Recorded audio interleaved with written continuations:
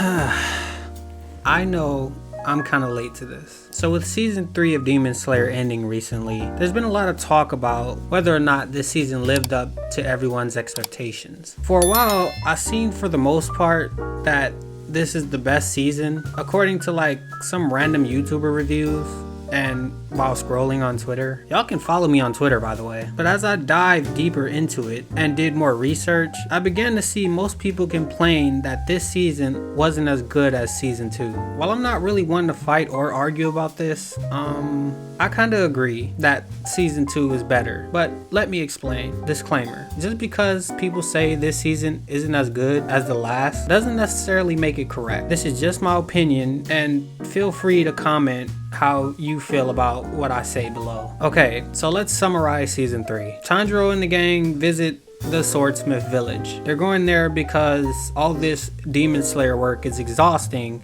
so they need a place to relax and get naked while their swords are repaired. I said Tanjiro and the gang, but unfortunately, if you're a fan of either Zenitsu or Inosuke, well, sucks for you because they don't play any parts in this season.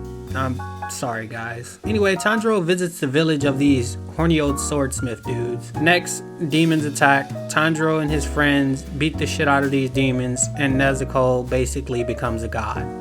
And that's it. Great season. GG's. Well, you could pretty much say the same thing for the last season. Tanjiro and his friends visit the entertainment district. Demons show up.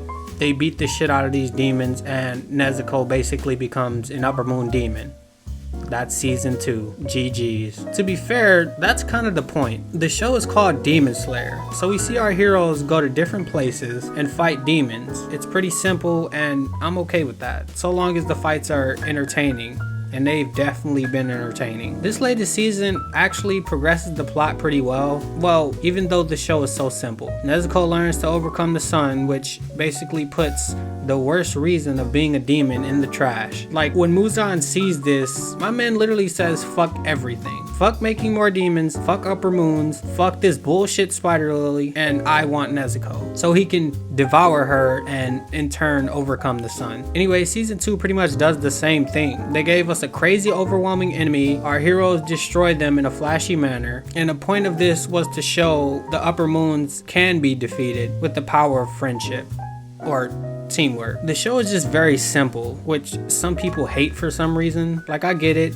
It's not some crazy deep plot about the dark secrets of the Illuminati and how they control the world from a round table, connecting different timelines and creating new universes with every scene. All shows don't have to be that deep, just somewhat entertaining and exciting. I used to have the same issue of hating things because of the expectations I put on them. Instead of just accepting things you don't control for what they are, it's a problem a lot of creators have. Anyways, the threat of the upper moon demons is what keeps us excited lately. Upper Moon 4 and 5 are okay, I guess. Problem is, they just weren't as interesting as Gyutaro and Daki were. And Akaza is in his own bracket. Fans love him for what he did to Rengoku. These fights with Upper Moons 4 and 5 just seem not as intense. Like, Daki was kind of weak, but she posed a threat to Tanjiro and the others at the time. But when Gyutaro shows up, effortlessly poisons Tengen, we knew like, okay,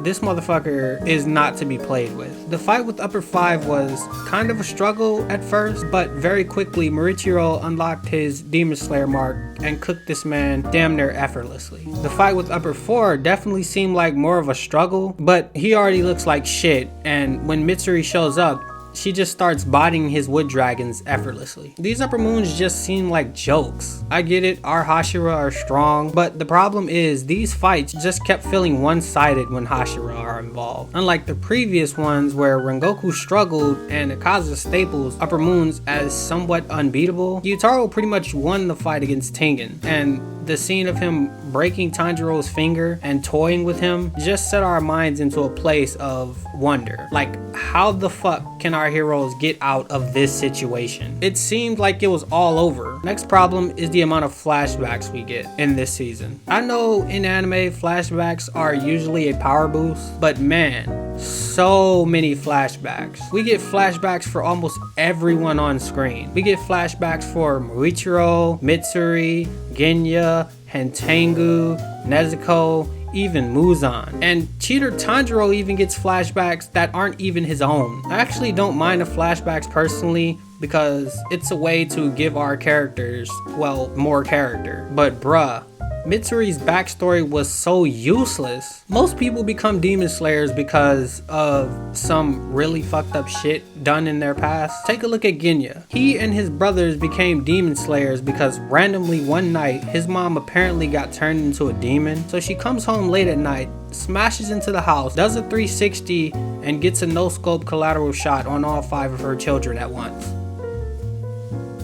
Like, she literally just got a whole kill streak on her children. Meanwhile, Mitsuri was too beautiful growing up and had a power level of over 9,000. So she got rejected by some regular goof and decided to become a demon slayer because she's looking for a man.